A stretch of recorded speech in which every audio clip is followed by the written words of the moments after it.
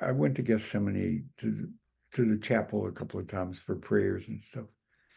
But I went and parked my car in front of the gate and crawled over the gate and spent an entire afternoon sitting on his porch in his rocking chair, looking through the windows, and then walking about 30, 40 yards away. There was a big tree that he used to talk about sitting next to and leaning up against and taking his naps. And so I sat against the tree and sat in his rocking chair at the Hermitage um, pretty much all day one day. So I feel a connection to him, a deep, deep connection to him.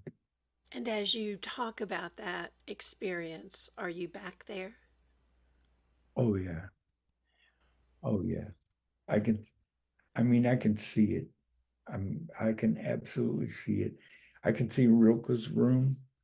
Um, I can see my time with Mr. Beekner sitting on the porch, standing in Rilke's room, sitting on the porch at Merton's Hermitage. Yes, I've been very blessed to have those experiences. Well, we're going to be incredibly blessed by these classes, this time with you and with these authors. Why these three? Out of all the authors you have read, and I know that part of it is because I said only three, but Yeah, why these three? they were starting points for me in my spiritual journey. Mr. Beekner certainly was. Mr. Rilke certainly was. Um, Father Louis certainly was. And they were starting points for me.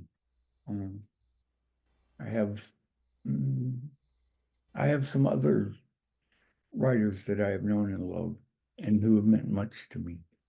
Um, but these were starting points.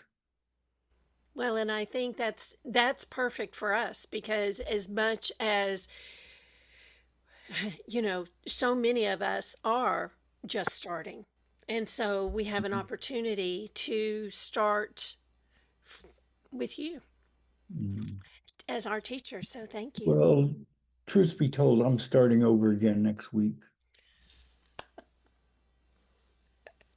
I love that.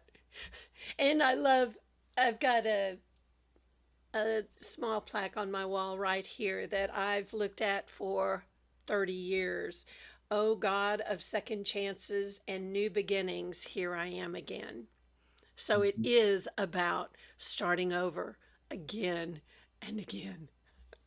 After I say my prayers in the evening, I go outside to sit on the porch for a few minutes and uh, talk to Jesus, even though I've already talked to Jesus when I said my prayers. But I go out and we have a conversation. And I go out and sit down in a chair and say, well, it's me again. If you wanted to get rid of me, you should have done it a long time ago. So, who talks more, you or him? Me, he's very quiet. He's very quiet. I mean, occasionally, not every night. From time to time, I hear something that makes me think it's the voice of the one who came among us. Um, it's hard to be sure, you know. Um, I There are people who say, and God told me, Mhm. I have a hard time with people who say, God told me. Um, do I think that from time to time God has told me things? The answer to that is yes.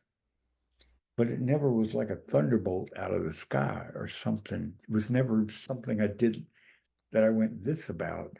It was slowly, gently, personally, over time, God helped bring me to another way of seeing a certain context or a certain situation or a certain set of people.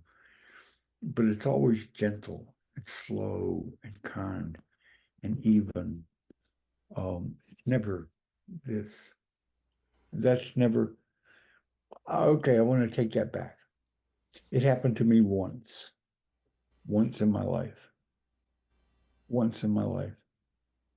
Yeah, it did. It happened to me once in my life. Where it was what? Not gentle? No, well, it was not gentle. It was, well, it was gentle, but it was striking.